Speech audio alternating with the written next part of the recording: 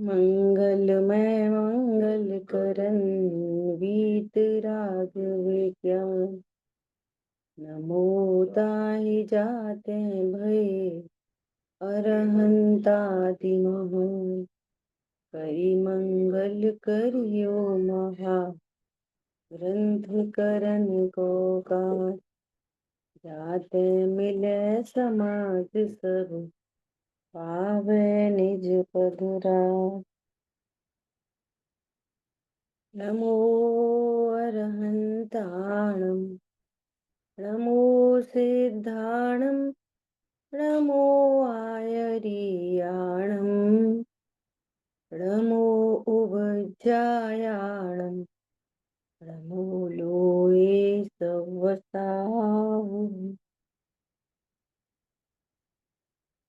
मोक्ष मार्ग प्रकाशक जी ग्रंथ 8वें अधिकार पर हम लोग स्वाध्याय कर रहे हैं और अपना विषय चल रहा है कि अनुयोगों के अंदर अंदर दोष कल्पना का निराकरण,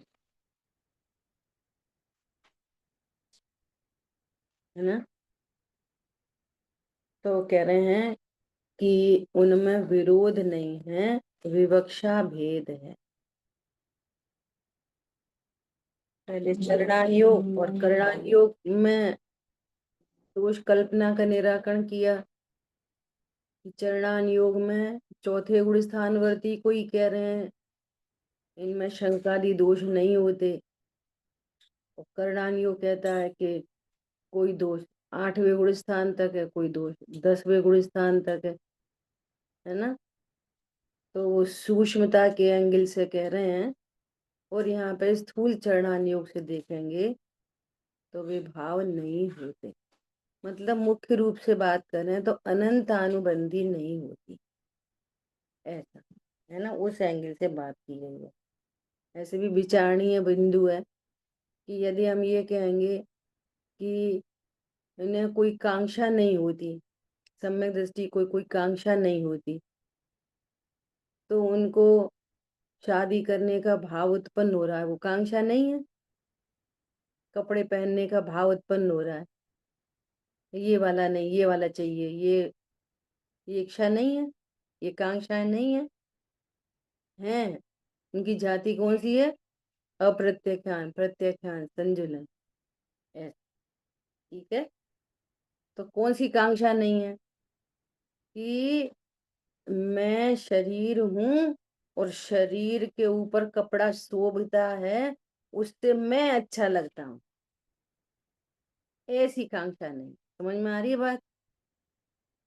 मैं भोजन करता हूं और भोजन करने से मुझे लाभ होता है, ऐसी कांक्षा नहीं। और मैं अनाहारी स्वरूप हूं, ऐसा जानने पर भी 56 भोग की वांछा है। समझ में आ रही है बात? इतना बड़ा अंतर है, इसलिए सीधा सीधा बोल रहे हैं कि उनको कांक्षा नहीं। जैसे मिथ्या दृष्टि को इच्छा होती है शरीर सापेक्ष, ऐसी इच्छा उनको नहीं होती। ठीक है, इतना क्लियर होना चाहिए। अगला, अगली क्या बताई? एक ही अनियोग के भीतर भीतर है ना। उसी करणान योग में 7वें गुण स्थान से पूर्व, है ना, 7वें गुण स्थान से ऊपर प्रमाद का अभाव कहा। और 8वें में प्रमाद नहीं है, 9वें में प्रमाद नहीं है, 10वें में प्रमाद नहीं है। ख्याल में आई बात? 7वें में प्रमाद है, लेकिन जो बुद्धि गोचर दिखाई देता है वैसा प्रमाद नहीं है। कोई क्रिया नहीं दिखाई दे रही, कोई परिणाम नहीं दिखाई दे रहे, उस अपेक्षा से उनको अप्रमादी का। सूक्ष्मता से देखेंगे तो जब तक कषाय है तब तक प्रमाद है। ख्याल में आई बात? मिथ्या तो सबसे बड़ा प्रमाद है। बहुत पूजा पाठ दया दान हो, लेकिन मिथ्या तो चल रहा है, तो क्या है? ये तो सबसे बड़ा प्रमाद है। अपने स्वरूप की असावधानी, अपने स्वरूप को नहीं जानता, तो ये प्रमाद है। बाकी सबकी सब में उत्साहित है, दया दान पूजा पाठ सब में उत्साहित है, अपने स्वरूप को जानने में उत्साहित नहीं है, तो प्रमादी है। ठीक है, जितनी जितनी कषाय मिटी उतना उतना प्रमाद मिटा। सातवें गुण स्थान में तो कोई अब क्रिया दिखाई नहीं देगी, सातवें आठवें नौवें दसवें में, तो उस एंगल से कहेंगे कि ये प्रमत अप्रमत्त गुण स्थान। छठवें तक प्रमत्त और छठवें के ऊपर अप्रमत्त, लेकिन सूक्ष्मता से देखेंगे करणान योग से, तो अभी जितनी कषाय का सद्भाव है वो वो प्रमत्त दशा ही है, नहीं तो पूर्ण वीतरागता हो जाती। अभी पूर्ण वीतरागी नहीं है ना, भले ही निर्विकल्प अनुभूति चल रही है। सातवें आठवें नौवें दसवें ये सारे गुण स्थान कैसे हैं? निर्विकल्प अनुभूति के। भले निर्विकल्प अनुभूति है, परंतु पूर्ण वीतरागता नहीं है ना, तो पूर्ण वीतरागता नहीं है तो क्या है वहां पे? प्रमाद है। जिसको अपन ने पहले एग्जाम्पल से देखा था ना, पानी के एग्जाम्पल से, कि भाई पानी पूरा ठंडा नहीं हुआ तो गर्म, भले ही अब पीने लायक हो गया। एक पानी कैसा है? 100 डिग्री का, 80 डिग्री, 70 डिग्री, कैसा पानी है? पी नहीं सकते।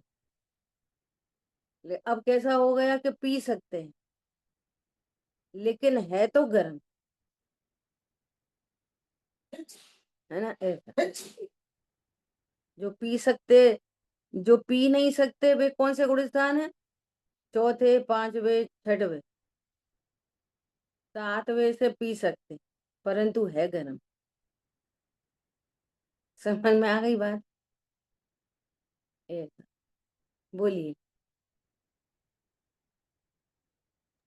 दीदी, यहाँ पर जो कषाय आदि प्रमाद के भेद कहे, जैसे जब हमने 5 आश्रय पढ़े थे, मिथ्यात, अवृत, प्रमाद, कषाय योग, तो वैसे तो कषाय जो है बाद में है, लेकिन जो प्रमाद के अंडर जो आ रहे हैं, तो वो भी आप जैसे बता रहे हो कि जितने गुण स्थान तक जितनी मात्रा में कषाय खत्म हुई है, उसकी अपेक्षा से इसके भेद समझने हैं, या यहाँ पर प्रमाद के कषाय आदि लिखा है, तो कौन से भेद की यहाँ पर बात हो रही है? वही सब अनंत अनुबंधी, प्रत्याख्यान प्रत्याख्यान संजुलन, कल बताया था ना। जैसे एक तरफ बोलेंगे आश्रमों के भेद में, एक तरफ बोलेंगे अविरति, तो वहां पे क्या समझना कि कहाँ कहाँ होती है अविरति? अनंत अनुबंधी, अप्रत्याख्यान, ये अविरति है। प्रमाद में किस किस को लेना?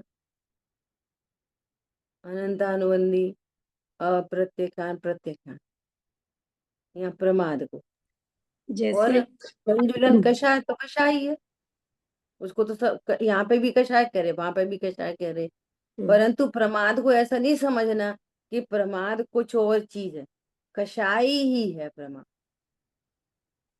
जैसे एक अविरति प्रमाद के कषाय है।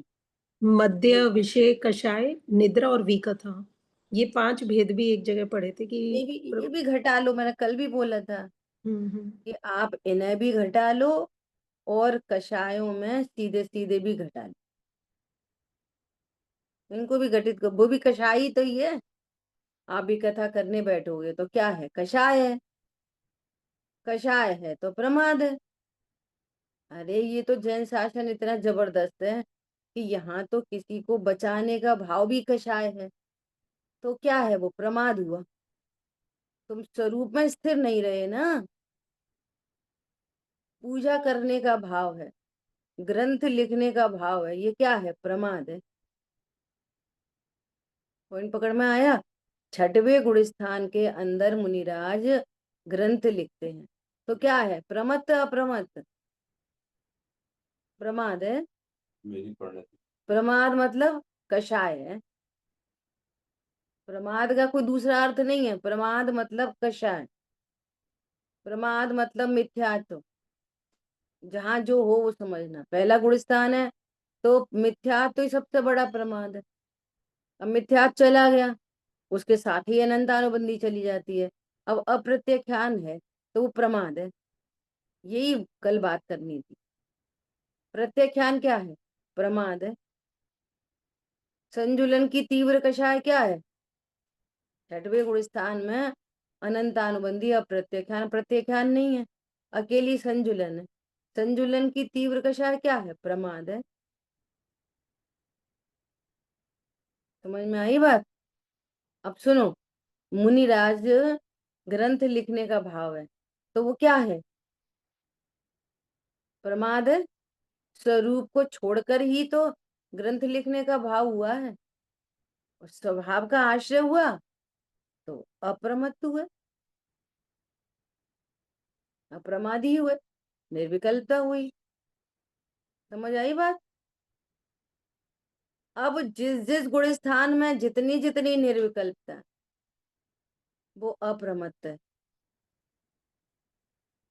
जिस गुण स्थान में जितना राग है, वो प्रमाद है।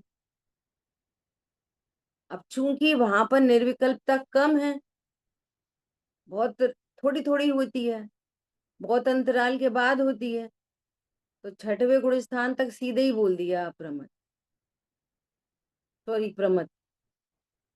बल्कि जब जब उस उन गुण स्थानों में देखो, ये सब चीजें एक तो लिखी लिखी अपन ने रट ली, और एक समझने की कोशिश की। चौथे गुण स्थान में भी जितनी निर्विकल्प अनुभूति हुई है, वो कैसी दशा है? अप्रमत्त दशा है। पर उसको कहते नहीं है। द्रव्यानुयोग कह देगा, चरणानुयोग नहीं कहेगा। क्यों नहीं कहेगा? यहाँ तो युद्ध हो रहे, व्यापार हो रहे, शादियां हो रही, इनको कौन बोले? तो प्रमत्त दशा सीधे सीधे मुनिराज पर जाके कहते हैं। इसलिए मैंने अभी एग्जाम्पल दिया कि पानी ठंडा तो हुआ है, 100 डिग्री से तो कम हुआ है, लेकिन पीने लायक नहीं। इसलिए ये पॉइंट दिया। ठंडा तो हुआ है, ठंडा नहीं हुआ तो वे पहले ही गुड़स्तान है, फिर चौथा कैसे कह रहे? ठंडा नहीं हुआ तो पांचवा कैसे कह रहे, छठवां कैसे कह रहे? मतलब आप हर विवक्षा को समझो। अब कोई सी बातें ऐसी होती हैं कि सम्यक चारित्र को सीधे सीधे मुनिराज पे घटित करते हैं, पर चौथे गुण स्थान में सम्यक चारित्र है नहीं क्या? है। पांचवे में है नहीं क्या? है। चरणानुयोग नहीं कहेगा। तुम धंधे में दिख रहे हो, शादियां कर रहे हो, झगड़ा कर रहे हो, तो कहेंगे काय का सम्यक चारित्र? देखो ये मुनिराज हैं चलते फिरते सिद्धों से गुरु, यहाँ पे है सम्यक चारित्र। तो क्या पहले से सीधे सातवां हुआ है क्या? चौथा पांचवा गुण स्थान नहीं है क्या? वहां पे कुछ भी नहीं हुआ। अगर कुछ नहीं हुआ तो चौथा क्यों कहते हो? कुछ नहीं हुआ तो अणुव्रति क्यों कहते हो? तो ये विवक्षा समझनी पड़ेगी। इनमें विरोध नहीं है।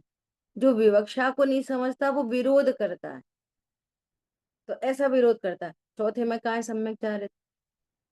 बहुत लोग तो अनुभूति नहीं मानते चौथे में।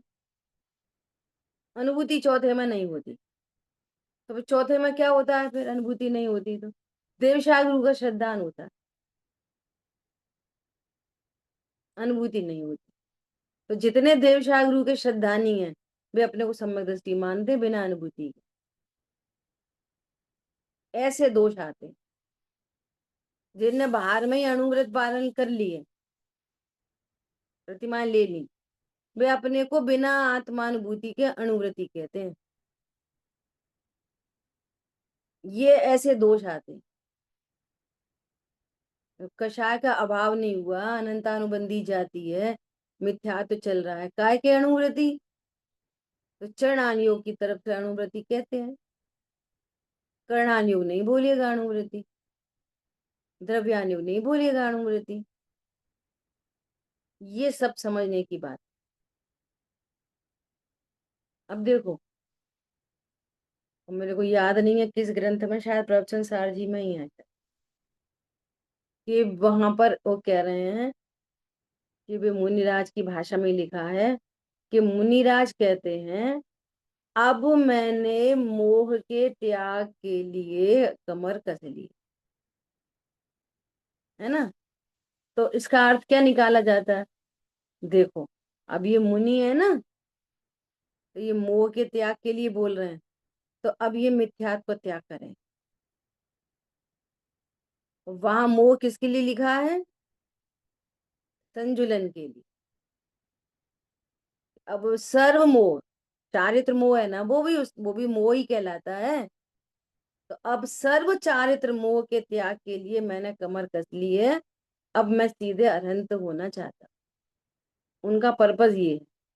तो उसका अर्थ कैसे निकालते हैं बहुत सारे मुनिराज? देखो, ये सम्यक दृष्टि थे, इनको देशायु का श्रद्धांत था। अब ये मोह का त्याग करेंगे मुनि बनने के बाद। दर्शन मोह का अभाव अब करेंगे। समझ आई बात? और दर्शन मोह का अभाव नहीं हुआ तो आप भावलिंगी नहीं हो। कौन समझ में आ रहे नहीं आ रहे? वहां ग्रंथ में क्या लिखा है? मोह के अभाव के लिए। वो कौन से मोह के अभाव के लिए? संजुलन चारित्र मोह के अभाव के। उनको मिथ्या तो तीन कषाय का अभाव हो रखा है, वे भावलिंगी संत है। ये अर्थ क्या निकालते हैं कि बाहर में द्रव्यलिंग ले लिया, अब मिथ्यात्व का अभाव होएगा। देखो मुनिराज लिख रहे हैं। समझ में आई अर्थ के अनर्थ कैसे होते हैं? ऐसे हो। मैं लिखा ही है। अब क्या लिखा है? वो जैसे यहाँ पे लिखा है कि प्रमाद आदि कषाय आदि। अब आप समझो इसका क्या अर्थ है। नहीं तो पंडित समझाए, मुनिराज समझाए इसका क्या अर्थ है। खुद ही नहीं समझते तो कैसे समझाएंगे? ख्याल में आई बात? जैसे प्रमाद, जैसे स्वच्छंदता की बात आई, टोटल समझो अच्छे से। प्रमाद की बात आई तो सब तरह से समझो, कहाँ क्या क्या प्रमाद है, क्या प्रमाद नहीं है। निर्विकलता होने पर भी प्रमाद क्यों कह रहे हैं? निर्विकलता है लेकिन अनंत तो नहीं है ना। इसका मतलब कषाय शेष है ना, तभी तो गुणस्थान सातवां आठवां नौवां 10वां है। तभी तो 12वां गुणस्थान है। नहीं तो 7वें के बाद सीधे 13वां होता। फिर 8वें कोई वो कहते हैं अरंत दशा का गुणस्थान। तो नहीं हुआ ना यथा क्या। तो जितना यथाख्यात नहीं हुआ जब तक, तब तक वो कैसा है? फिर एक एक बात डाल के और उसको क्लियर किया जाता है। अबुद्धि पूर्वक का प्रमाद। उनके वे तो स्वभाव सन्मुख ही हैं, वे तो पूरा आनंद ले रहे हैं, परंतु अब कैसा है? अबुद्धि पूर्वक। और छठवे में कैसा है? बुद्धि पूर्वक। अब सुनो एक और बात, बुद्धि अबुद्धि पूर्वक। बुद्धि पूर्वक अबुद्धि पूर्वक का अर्थ ऐसा नहीं निकालना कि जिसको अपनी बुद्धि से कर सकते और उसको नहीं कर सकते। क्योंकि मिथ्यात्व की बहुत बड़ी समस्या है। वो कुछ का ही कुछ समझता है। देखो ये बुद्धि पूर्वक लिखा है, हम अपने अनुसार कर सकते, अबुद्धि पूर्वक नहीं कर सकते। तो बुद्धि पूर्वक भी क्रमबद्ध है और अबुद्धि पूर्वक भी क्रमबद्ध। उसका अर्थ कर लेना नहीं कर लेना नहीं है बुद्धि पूर्वक अबुद्धि पूर्वक। जो बुद्धि गोचर हो जाए तुम्हारे, वो है बुद्धि पूर्वक, जो तुमको पकड़ में आ रहा है। और जो पकड़ में ही नहीं आ रहा, और शाम की क्लास से बात करो तो कि अब जब तक छदमस्त हैं तब तक ज्ञान की इतनी वीकनेस है, कमजोरी है कि वो एक समय में एक कोई विषय बना सकता है। जिस समय 7वां 8वां 9वां 10वां गुणस्थान है निर्विकल्प अनुभूति का, तो उपयोग स्वभाव सन्मुख है। स्वभाव सन्मुख गुणस्थान में शेष राग होने पर वे ज्ञान के विषय नहीं बन पाते। और पर सन्मुखता हो नहीं रही, कंटिन्यूटी में स्व सन्मुखता चल रही है। ब्रेक नहीं पड़ेगा, 7वें गुणस्थान से ऊपर ब्रेक नहीं पड़ता। ब्रेक पड़े तो प्रसन्न मुक्ता हो, प्रसन्न मुक्ता हो तो अबुद्धि पूर्वक वाला राग बुद्धि पूर्वक हो जाए।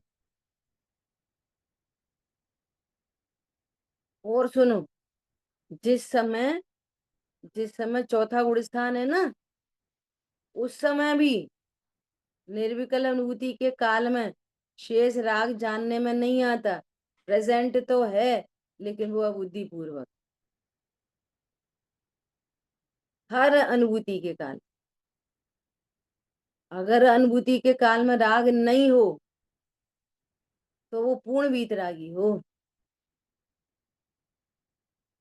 और पूर्ण वीतरागी हो तो केवल ज्ञान हो जाए। पहले पहले ऐसे ही कथन किए जाते हैं, जैसे प्रणति स्वभाव सन्मुख हुई तो राग का अभाव हो गया, तो पूर्ण वीतरागी हो गई। अब ये वाली बात मुश्किल से पकड़ में आती है क्या, कि अनुभूति के काल में राग विद्यमान है। पहले उपदेश कैसा चलता है, तो अनुभूति हुई और राग का अभाव हो गया। कौन से राग का अभाव हो गया, जो गुण स्थान है उतना राग अभाव, शेष राग मौजूद है लेकिन उसका वेदन नहीं हो रहा। वेदन मतलब जानना नहीं हो रहा उसका। क्यों? छदमस्त का उपयोग एक समय में एक कोई जानता है। राग है और उसका दुख नहीं। दूसरे कितने बड़े रहस्य निकलते हैं। कर्म का उदय है तो दुख जरूर होएगा, कोई जरूरी नहीं। राग है तब तो दुख होएगा ही ना जरूर से, तो भी जरूरी नहीं। कर्म का उदय भी है और राग भी है, और हमारी परिणति स्वभाव सन्मुख है। बने रहे कर्म का उदय, बना रहे राग। समझ में आई बात? ऐसा कल परसों शाम को दर्पण का एग्जाम्पल था ना, ऐसे नजर मिल गई। शाम को एग्जाम्पल आया कि दर्पण में बहुत सारी चीजें झलक रही हैं। दर्पण में सभी झलकता, पूरा कमरा झलक रहा है। कमरे में सब बैठे हैं, मम्मी पापा चाचा ताऊ बिलाऊ सब, सामान भी रखा, नाश्ता वास्ता सब। लेकिन उसकी नजर मिल गई उससे, उसकी पत्नी से उसकी नजर मिल गई। ऐसा देखा तो क्या होएगा, उसको देखते से बाकी सब गौड़ हो गए। किसी एक पे हाईलाइट हुआ तो क्या होएगा, उपस्थित सब हैं, और एक पे हाईलाइट हुआ सब गौड़ हो गए। अब जिसको अपन ने सुख का कारण समझ रखा है, तो ऑटोमेटिक सुख उत्पन्न हो जाए। उपयोगात्मक पत्नी का लक्ष्य होते से ही क्या हुआ, पति का लक्ष्य होते से ही क्या हुआ, आनंद हो गया। और आनंद उसका रिजल्ट है। ख्याल में आ रही है बात? ऐसा। अब राग है कि नहीं है, कर्म का उदय है कि नहीं है, हम तो स्वभाव सन्मुख हुए, दुखी नहीं हो रहा। पैर में चोट लग गई है और पत्नी का लक्ष्य हो गया, तो क्या होता है, चोट चोट का दुख होता है? नहीं होता, आनंद होता है। समझ में आ रही है बात, नहीं आ रही है? ऐसे ही यहाँ वास्तविक सुख स्वरूपी परमात्मा का लक्ष्य होने पर बाकी कुछ भी होता रहे, आनंद ही होता है। सिर पे सिगड़ी जलती रहे, आनंद होता है। दुख का संबंध शरीर शरीर में कुछ बुरा होए, खराब होए, चोट लग जाए, इससे दुख का संबंध ही नहीं है। उंगली में खून निकलना हो तो दुख होता है कि नहीं होता? नहीं होता, किसी को नहीं होता। पूरी दुनिया में किसी को नहीं होता, ना सम्यक दृष्टि को ना मिथ्या दृष्टि को। उसको दुख हो रहा है मिथ्यात्व से, उसको दुख हो रहा है अनंतानुबंधी से, उंगली में चोट से नहीं। नहीं, वो उंगली उंगली का लक्ष्य होएगा तो भी फिर तो भी दुख नहीं होएगा, तो भी कसाय का दुख होएगा, उंगली का दुख नहीं होगा। ये कहा, और जितनी कषाय होगी उतना दुख होए। समझ में आ रही है बात? लक्ष्य का भोग होता है, लक्ष्य का भोग। तो वो एक एग्जाम्पल है एकदम सरल। एक बच्चा है, ये भाई साहब आते ना, अजीत भाई साहब, उनका ही नाती है ना। वो स्केटिंग करता है और बहुत अच्छी, वो बहुत सारे मेडल वेडल लेके आता है। छोटा ही है, कितना होगा, 9 10 साल, 10 11 साल का जो भी है ना। और स्केटिंग करते हुए स्लिप हो, किसी से टकरा, कोई बच्चा टकरा गया तो स्लिप हो गया। तो उसको बहुत जोर से चोट लगी, पूरे फेस पे, ऐसे जमीन से रगड़ गया, पूरा स्किड हो गया उंगली में वो। अब बच्चा तो बच्चा ही है, तो उसको उतना तो तकलीफ हुई है। तो उसकी मम्मी ने ऐसा करके बोला कि बस ठीक है, और स्केटिंग बंद। वो है ना बहुत, यहाँ पे दिल्ली लेवल पे से बहुत सारे मेडल जीत चुका है। वो बाहर भी जा चुका है, इतना छोटा बच्चा है ना। तो उसकी मम्मी ने बोला बस स्केटिंग बंद। अब लक्ष्य का भोग हो रहा है ना, चोट है, और तो भी वो उतना दुखी नहीं हुआ। क्या बोलता है, आपने एक बार खाना खाया था, आप बता रहे थे आपका दांत टूट गया था, तो आपने खाना बंद कर दिया था। खाना बंद, ये जवाब था 10 11 साल के बच्चे। अब परेशानी है इतनी, लेकिन लक्ष्य है, मुझे इस लेवल से जीतना, उस लेवल से जीतना, और बहुत अच्छी करता भी है वो। तो इतनी चोट होने पर भी वो रेडी है।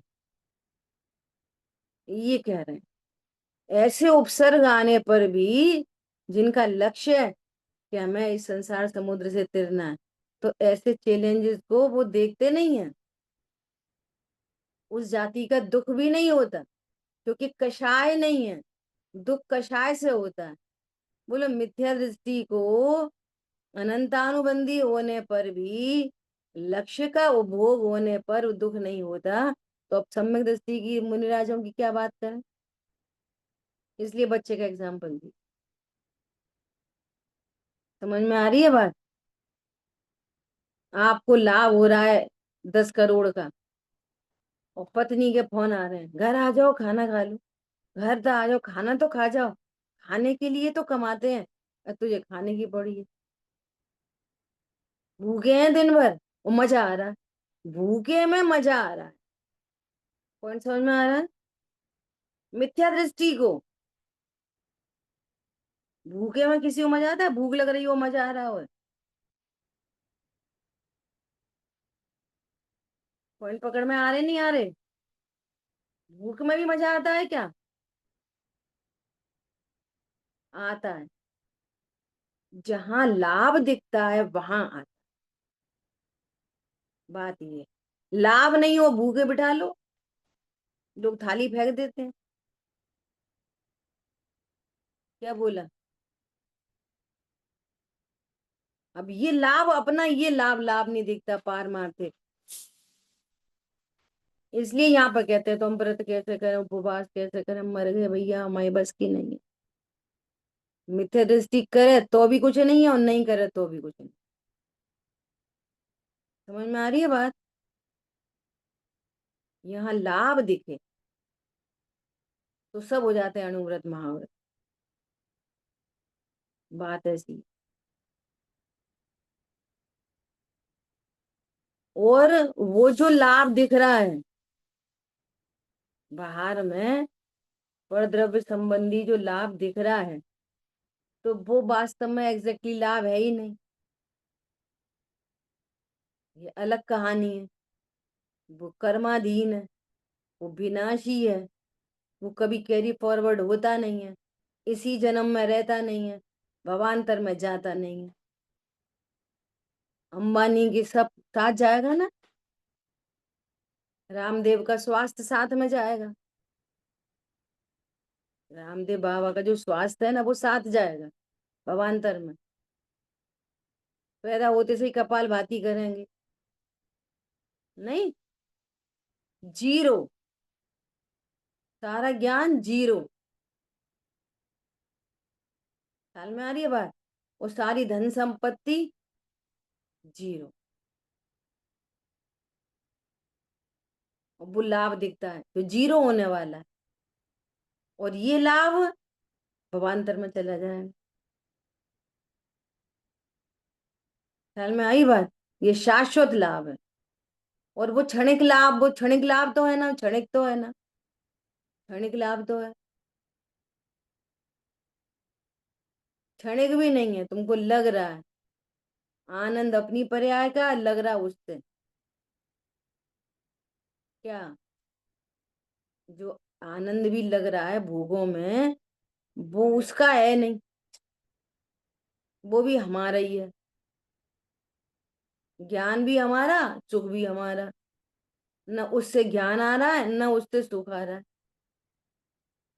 ज्ञान भी तो नहीं आ रहा उससे, रसगुल्ले का ज्ञान हमारा ज्ञान है, रसगुल्ले में से नहीं आ रहा। समझ में आ रही है बात? और आनंद भी उसमें से नहीं आ रहा। ये तीसरी कहानी है, बहुत समझने की बात। ठीक है, क्लियर हुई बात? हाँ, अभी बात हो गई ना। निर्विकल अनुभूति के काल में मिथ्या दृष्टि को भी लगा लो। जितने, जैसे अभी अपन बैठे हैं, स्वाध्याय कर रहे हैं, इस समय दूसरे राग नहीं है, जानने में आ रहे नहीं आ रहे? जिसको अभिरमण हिंसा कहते हैं ना, वो ये अबुद्धिपूर्व। एक तो परिणमन है जो दिख रही है, बुद्धि गोचर है, और एक कैसी है? अभिरमण। भैया जो हमने की नहीं, जो हमारे ज्ञान में भी राग नहीं आ रहा, तो हमें उसका बंध क्यों हो रहा है? अकेले परिणमन का बंध नहीं होता, अभिरमण का भी बंध होता। बहुत सूक्ष्म। आप जितनी डेप्थ में चलते चले जाओगे, उतनी सूक्ष्मता बनती चली जाए। हम समझ रहे हैं कि जो जो हिंसा आदि के भाव हो रहे हैं ना हमको, उन्हीं से बंद होता। उनसे नहीं होता, जो नहीं हो रहे उनसे भी होता। तो तुम्हारे तुम्हारे ज्ञान में विषय ही नहीं बनते इतने सूक्ष्म राग। इसलिए इसलिए अनंतानुबंधी पूरी जाति बनती है। ये जाति अनंतानुबंधी है। अनंतानुबंधी में कुछ परिणमन और कुछ अविरम। क्यों? क्यों? कि मान लिया आज हमने रोटी भी नहीं बनाई, तो रोटी नहीं बनाई तो उस संबंधी हिंसा नहीं हुई। किसी और ने बनाई, हमने वो आहार कर लिया। तो अब अनंतानुबंधी नहीं लगेगी ना, रोटी बनाई नहीं हमने। तुम रोटी बनाओ चाहे मत बनाओ, अनंतानुबंधी जाति है, तो हिंसा का पाप लग ही रहा है। आज हम अपने स्थान से उठे ही नहीं, समझो 1 घंटा उठे नहीं, तो 1 घंटा मन वचन काय की कोई ऐसी क्रिया नहीं हुई, तो हिले ही नहीं, तो बंद नहीं हुई, तो हिंसा नहीं हुई ना पर की कोई। तो अब हिंसा नहीं लगेगी ना, कहेंगे अनंतानुबंधी पूरी लग रही। फर्क काय का पड़ेगा? फर्क पड़ जाएगा लेशिया का। फर्क किसका पड़ेगा? तीव्रता मंदता का ले फर्क पड़ेगा बस। जाति तो पूरी बंधेगी आपके उपयोग में, वो कषाय आए कि मत आए, एक के बाद एक परतें खुल लेंगे। देखो, जो कषाय आपके ज्ञान का विषय बन जाए, है ना, तो वो अच्छी बात है। अच्छी बात। क्यों अच्छी बात है? कि हमको ये पता चल जाता है कि अभी इस तरह की, इस जाति की कषाय विद्यमान है। और अज्ञानी क्या समझ लेता है? अरे अब हमें ऐसी गुस्तगू हो रही है, अबे तो अब इसका मतलब जो है हमें कुछ, हमारा तत्व ज्ञान सही नहीं। देखो, आप देखें एंगल कितने बदल गए। इसको क्या पता चलता है? अपन जैसे सब अनुकूलता है सब, सब अच्छे से बोल रहे हैं, अच्छे से खिला रहे पिला रहे घुमा रहे फिरा रहे, कोई तरह का झंझट नहीं है। और किसी ने कुछ बोल दिया तो परिणाम ऊपर नीचे हो गए। तो क्या पता चलती है? ज्ञान की स्वच्छता पता चलती है। ये पता चलती है कि अभी इस तरह की कषाय विद्यमान। ये पता चलती है कि मुझे तत्व ज्ञान का अभ्यास और ज्यादा करना चाहिए। ये पॉजिटिव वे में आप। और ठेठ अज्ञानी होता है वो कहाँ जाता है? वापस उधर ही निगेटिव, वहीं पड़ा था वहीं से उठा था तो वहीं फिर वहीं गिर गया। सही बात है। अब है तो हमें इतनी गुस्सा भरी है, अब है तो हमें ऐसी भी आती है। अब तो अब आगे से बोलेंगे ही नहीं, अब आगे से करेंगे ही नहीं, अब आगे से जाएंगे ही नहीं। और ये क्या कहता है? ये तैयारी करने वाला क्या कहता है? आओ खूब रहो, उनके बीच में झंझटें हो तभी तो हमें पता चलेगी अपनी असलियत। हम तो तैयार हैं अपने सुधार के। क्या बोला? ये कषाय से बचता है और ये कषाय के अभाव का उपाय कर। समझ में आ रही है? जागते रहो। अजय भैया जाग रहा हूँ। जाग रहे हो? एक चीज पूछना था, जैसे अभी जो 11वें गुण स्थान में जो राग होता है वो अबुद्धिपूर्वक होता है या बुद्धिपूर्वक होता है? बोल दिया ना, सात्विक से ऊपर सब अबुद्धिपूर्ण। सब। अब 11वें गुण स्थान की एक ऐसी कंडीशन है कि तो क्यों गिर जाते? अभ्याल अरहंत बन सकता है वो जीव, वो क्यों गिर जाते? क्यों गिर जाते? क्यों गिर जाते? सबके प्रश्न है। तो उसके तीन तीन उसके आंसर है। क्या? निमित्त की तरफ से कहेंगे कर्म का उदय है। कर्म का वो गिरा देता है क्या कर्म? पर उदय है कि नहीं? यहाँ है। तो कर्म के उदय से समझ लो, निमित्त से, है ना। चारित्र की कमजोरी से समझ लो, पुरुषार्थ की कमजोर उपादान से समझ लो। फाइनल एग्जाम फाइनल है योग्यता। फाइनल आंसर क्या है? योग्यता। बस। वो खेलते थे ना, कबड्डी खेलते थे, तो वो दूसरों ने घेर लिया, तो अपन वो लाइन को छूरे छूरे छूरे छूरे और हेयर लाइन पर रह ही गई बस। और ये बहुत बड़ा इंटरनेशनल खिलाड़ी था, तो भी हेयर लाइन पीछे रह गया। उन्होंने उनको तो से तो जीत के आ गया इंटरनेशनल, और अपने लोकल में हार गया। नहीं आई समझ में? तो हार, ये कैसे हार? अमेरिका वालों से जीत के आ गया, फिर अफगानिस्तान से, यहाँ से वहां से, बांग्लादेश, सबसे जीत। और अपने शहर में ही गांव के खिलाड़ी से हार गया। कौन? इंटरनेशनल खिलाड़ी। क्यों हार गया? तो कुछ भी वो दे दो, बीमार, थोड़ी तबीयत ठीक नहीं थी, थोड़ा ऐसा था, थोड़ा वैसा था, थोड़ा ऐसा था, योग्यता थी बस, तो क्या? समझ आई बात? ठीक है, आगे बढ़े। देखो अब आगे क्या। तथा चरणान योग में, अब सुनो, अब चरणान योग से बात करें। चरणान योग में चोरी, परस्त्री आदि सप्त व्यसन का त्यागी पहली प्रतिमा में कहा। ठीक है। तथा वहीं उनका त्याग दूसरी प्रतिमा में कहा। वहां विरुद्ध नहीं जानना। एक बात ऊपर, एक एक ही अनियोग के भीतर दो बातें। ठीक है। अब सुनो। क्योंकि सप्त व्यसन में तो चोरी आदि कार्य ऐसे ग्रहण किए हैं जिनसे दंड आदि पाता है, लोक में अति निंदा होती है, तथा व्रतों में ऐसे चोरी आदि त्याग करने योग्य कहे हैं कि जो गृहस्थ धर्म के विरुद्ध होते हैं, वह किंचित लोक निंद होते हैं, ऐसा अर्थ जान। आप ये विचार नहीं कर सकते, नहीं करने चाहिए कि जैन शासन बहुत मनोवैज्ञानिक,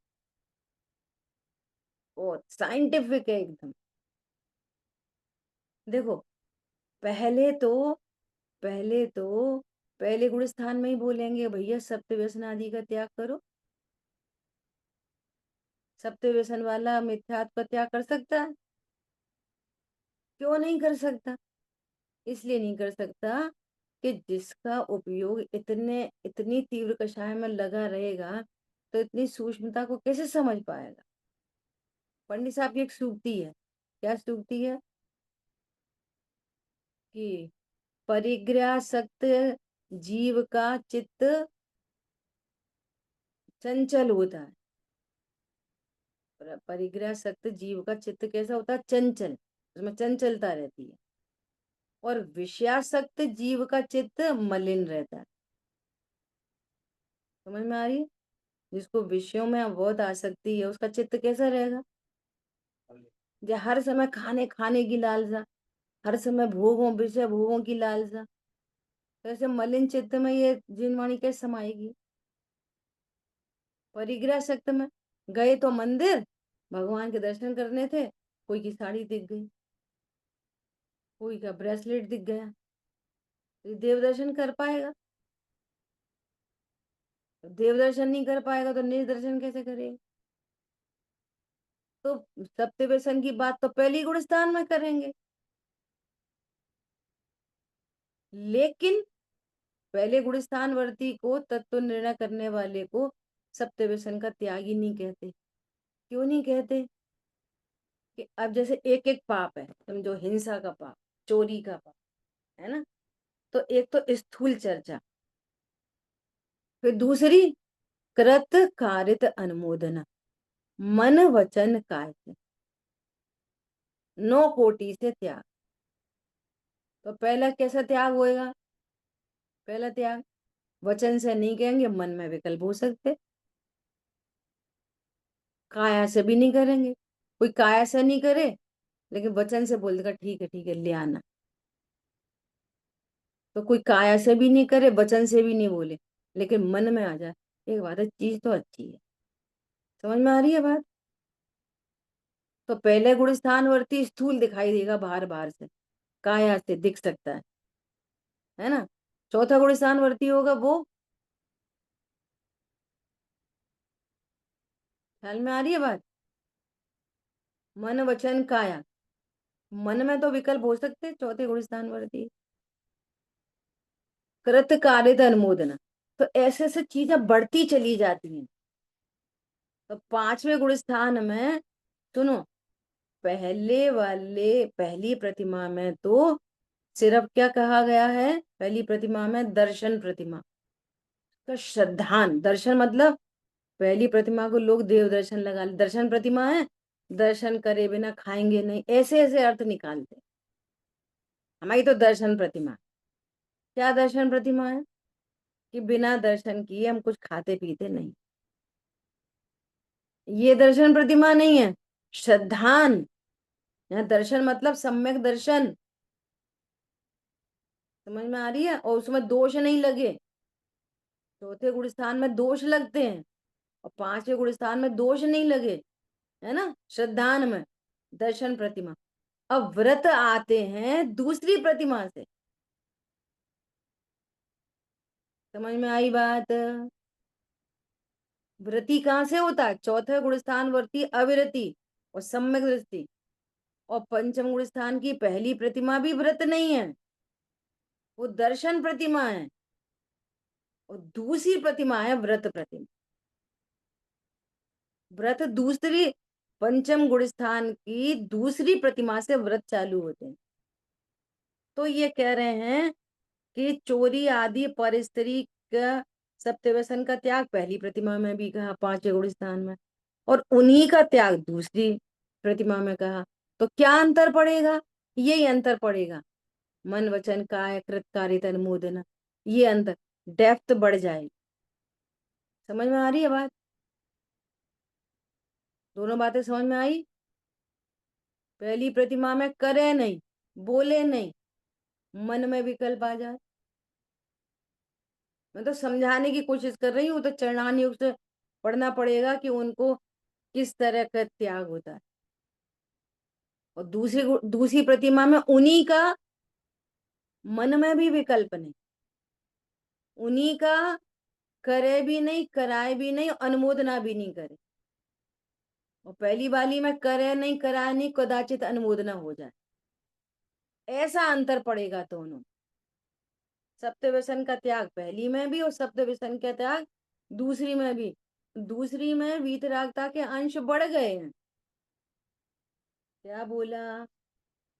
पहली प्रतिमा में जो वीतरागता थी, अनंतानुबंधी अप्रत्यक्षान के अभाव के बाद प्रत्यक्षान संबंधी, उसके भी अंश अब क्या कर हो गए, घट गए हैं, वीतरागता बढ़ गई है।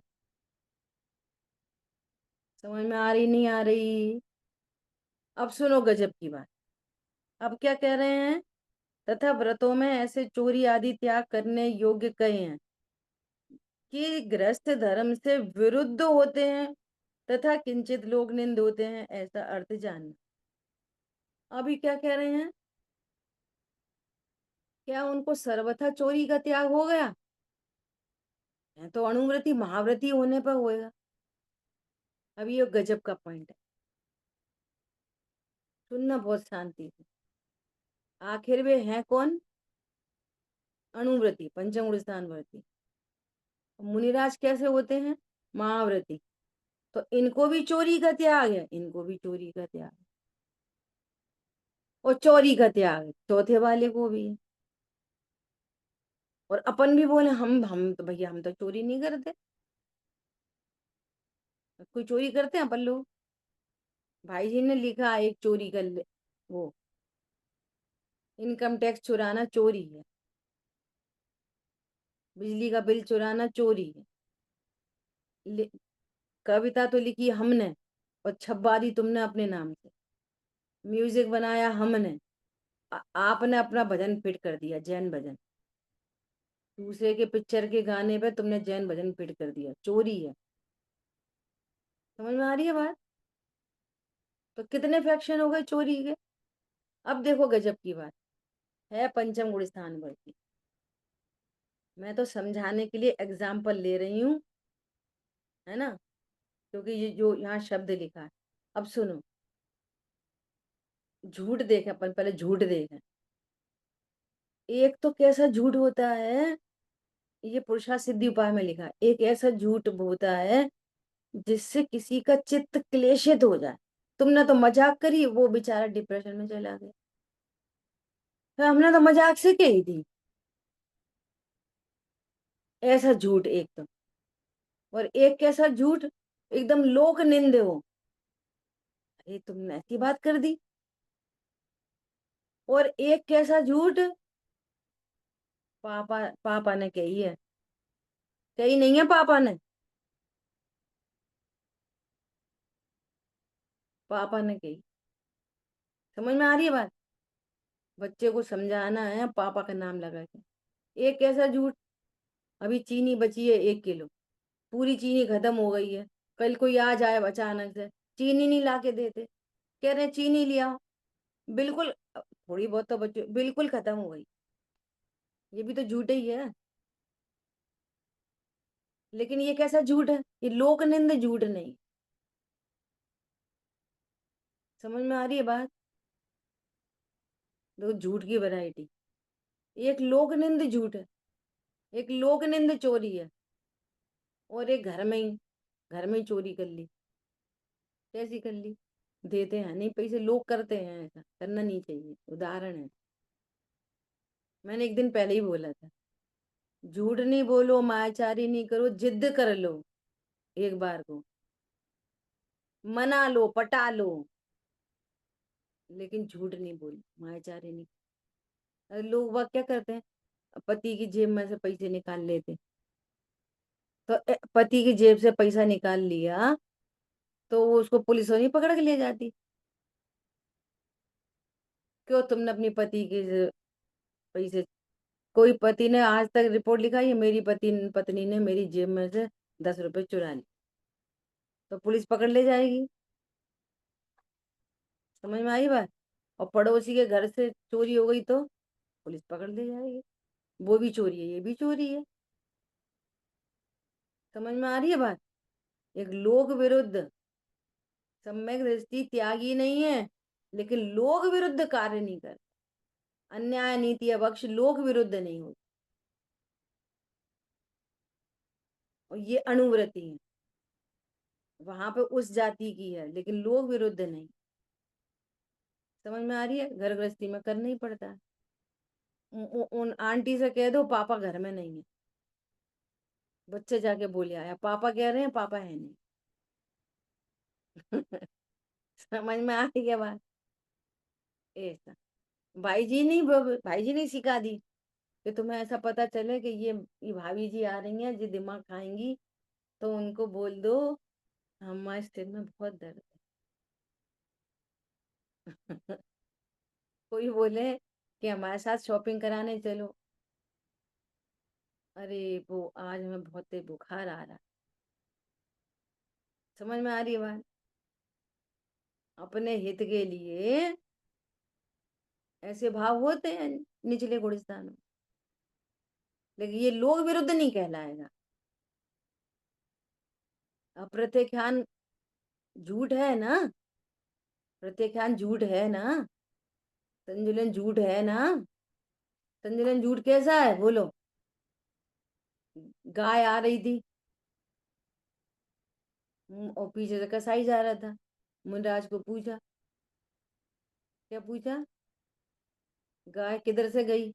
उनने देखी थी राइट हैंड में गई, उन्हें झूठ बोल दिया लेफ्ट में गई। दादा बोलते हैं इसकी भी क्या जरूरत है, मौन रहो, कुछ मत बोलो। तो जरूरी थोड़ी जवाब देना हर बात का, हर बात का जवाब देना जरूरी नहीं है। क्या करो? मौन रहो। ऐसे ही एक को सिद्ध करना था कि तुम्हारे गुरुजी कुछ नहीं जानते, ढोंगी हैं, कुछ नहीं जानते, सिद्ध करना था। तो उसने क्या करा? एक चिड़िया पकड़ ली। देखो मैंने चिड़िया पकड़ी है, मैं इनसे पूछूंगा मेरे हाथ में जो चिड़िया है जिंदा है कि मरी है? तो मन में सोच के गया था जिंदा बोलेंगे तो दबा देंगे, और मरी बोलेंगे तो उड़ा देंगे। और मुनिराज तो अवधि ज्ञानी थे, समझ गए। तो उनने क्या बोला? ये तो मरी है। उन्हें पता था जिंदा है, तो अभी उनने क्या बोला? ये तो मरी है। क्यों? अभी जिंदा बोल देंगे, ये दबा देगा उसको। कोई गलत सिद्ध करे तो हो जाओ, क्या फर्क है? ना अपनी हिंसा हो ना पर की हिंसा। ख्याल में आ रही है बात? ऐसे गजब की बातें हैं ये सब। किंचित लोग निंद होते हैं, ग्रस्त धर्म के विरुद्ध होते हैं, है ना, लेकिन ऐसे ऐसे नहीं होते कि जिससे दंड पाता हो, लोक में निंदा होती हो। महाव्रती तो वहीं जाके होंगे, कहाँ पे? वो भी चरणान योग वाले महाव्रती, 6वें 7वें गुरु स्थान में। वो अद्रव्यान योग करणान योग वाले महाव्रती कहाँ होंगे? अनंत होंगे। बहुत गजब की बात है सब। ठीक है। जिन वाणी के ज्ञान से सूझे लोकालोक, तो वाणी मस्तक नहीं सदा देखो। बोलिए द्वाशांग मई जिनवाणी। माता की जय हो। जय जिनेन्द्र सभी।